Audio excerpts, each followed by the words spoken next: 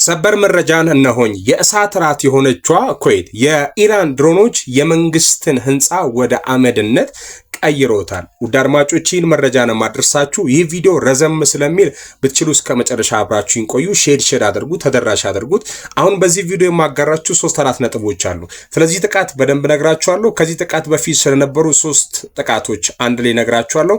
በስተመጨረሻ ኢራን ይህንን የሚያክል ጥቃት ለምን አደረሰች ይቅርታ ከጠየቀች በኋላ ይቅርታ በፖለቲክስ ዋር ላይ ምን አይነት ትርጉም ነው ያለው፣ ሲዝፋየር እና ይቅርታ ምንድነው ልዩነታቸው የሚለውን በተለይ ይቅርታ ምንድነች የምትለው መጨረሻ ላይ ስላስቀምጥኩላችሁ ባካችሁ ትግስቱ ካላችሁ አብራችሁኝ ሁኑ ለማለት ወዳለሁ። ቤቱ ፎሎ ይደረግ።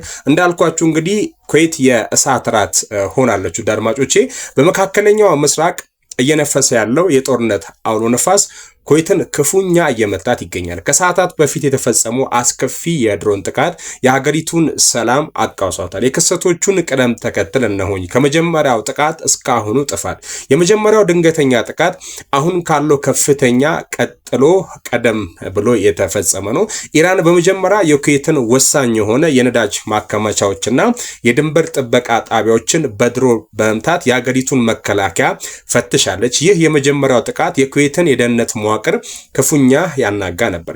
የመጨረሻውና አስከፊው ጥቃት የመጀመሪያውን ጥቃት ተከትሎ የኢራን የአጸፋ እርምጃ በከፍተኛ ደረጃ ጨምሮ ትኩረቱን የሀገሪቷ ኩራት በሆነው የመንግስት ከፍተኛ ሰማይ ጠቀስ ህንፃ ላይ አድርጋ የእሳት ዝናብ ከሰማይ በድሮን የተመታው ህንፃ በቅጽበት ወደ ግዙፍ የእሳት ኳስነት የተቀየረ ሲሆን የሚፈነዱ የህንፃው አካላትና የጋለ እሳት እንደ ሰማይ በርዶ ወደ መሬት እየረገፈ አካባቢውን ወደ አስፈሪ ሲኦል እንግዲህ ቀይሮታል ማለት ነው። እዚህ ጋር እንደምታዩት እንዳለ እንደውም ይሄ ፒክቸር ኦሪጂናል አይደለም ውድ አድማጮች። እና በዚህ ጉዳይ ላይ የቀጠናው ስጋት ምን ይመስላል? የቀጠናው ስጋት ይህ ተከታይ ጥቃት በፋርስ ባህር ሰላጤዎች አካባቢ ያለው ገልፍ ማለት ነው ውጥረት እንደ አዲስ እንግዲህ እያገረሸው ይገኛል። እንግዲህ ወደ ሌላ ምዕራፍ እያመራ ይገኛል።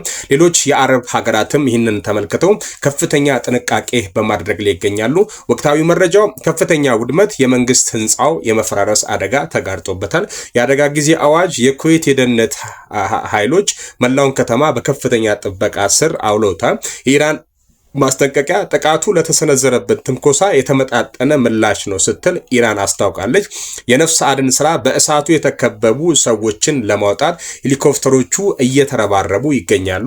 ይህን መረጃ በኦሮሚያ ስነግራችሁ ኩዌት ኢቢደት ዴቢቴ ዶኒን ኢራን ገሞሞቱማ ጉጉበኒ ዲሞ ታሰኒ ቡቤን ወራና ባሃጅዱ ገሌሳ ከሰቲ ቡቢሳ ጅሩ በየ ኩዌት ሀለ ያዴሳ ተኤን ሩኩታ ጅራ ሀሊላን ዶኒ ሰዓቲ ሙራሰ ዱራ ራወተሜ ነጋ ብየቲ ጄቁን ጄቁምሰ ጉዳ ኦሜራ ተርቲባ ታቴወን ራወተመኒ ሀሊላ ተሳ ጀልቀበ ጉበና ጉዳ አመሙለቱ ከናንዱራ ኢራን ጀልቀበ ረት ኩሳ ቦባ ኩዌት ከኔን ሙርቲሶ ታኒፊ ቡፈታሌ ኤጉምሳ ዳንጋ ዶኒን አርኩቱን ኢትሰ ብየቲ ሃኒሩ ሀሊላን ጀልቀባ ኩን ስርና ነገኛ ኩዌት ረቲ ዲባ ጉዳ ኦሜራ ሀሊላ ጡሙራፊ ኢሳማታ ሀሊላን ጀልቀባ ሆርዶፉን ኢሰዱረት እየቹዳ ተርካንፊን ዴቪ ኢራን ሰደርካ ኦላናቲ ደበሉን ጥየፈኖ ኢሳ ገሞ ሞቱማ ኤራ ስካይ ክራፐር ከን ብየቲ ኢቲን ቦንቱ ረቲ ጎዴራ ሮባ ኢቢዳ ሰሚራ ገሞን